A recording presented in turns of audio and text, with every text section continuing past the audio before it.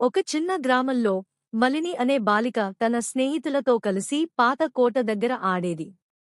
ఆ కోట గురించి గ్రామంలో ఒక గట్టి ప్రచారం ఉండేది. రాత్రిళ్ళు ఆ కోటలో దెయ్యం ఉండటానికి కంచెం మోగిస్తుంది. ఒకరోజు మలిని ధైర్యం చేసి తన స్నేహితులతో కలిసి కోటలోకి వెళ్ళింది. చీకటి పడిన తర్వాత ఒక్కసారిగా ఆ కంచెం మోగింది. అందరూ భయంతో పరుగెత్తారు, కాని మలిని మాత్రం ఆగి చూసింది. కంచం దరిదాపులకు వెళ్తే అక్కడ ఒక కోతి కంచాన్ని తన చేతులతో కొడుతుంటుంది.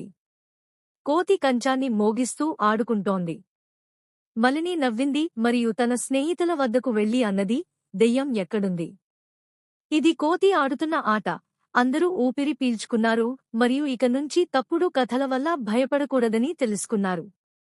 నీతి: భయాలు నిజమో కాదో పరిశీలించాలి.